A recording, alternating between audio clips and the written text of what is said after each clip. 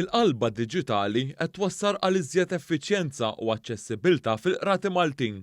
Dan intqal mill-Ministru għall-Ġustizzja Edward Zammit Lewis waqt indirizz li għamel forum organizzat mill-Kummissjoni Ewropea dwar il-qalba diġitali fis-settur tal-ġustizzja. Il-Ministru Zammit Lewis semma kif kwart tal-pjan tal-kupru ta' Malta minn fondi Ewropej huwa affukat biex issir it-tranzizzjoni diġitali.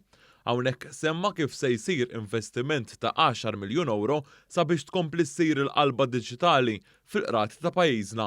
More conversion with regards to digital transformation and more cooperation which will bring advantages and a citizen self-centered digital transformation.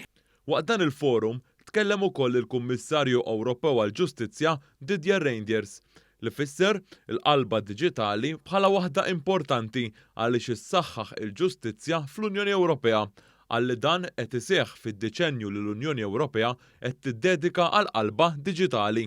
But also by making sure that all justice systems are modern, efficient and keep up with the times.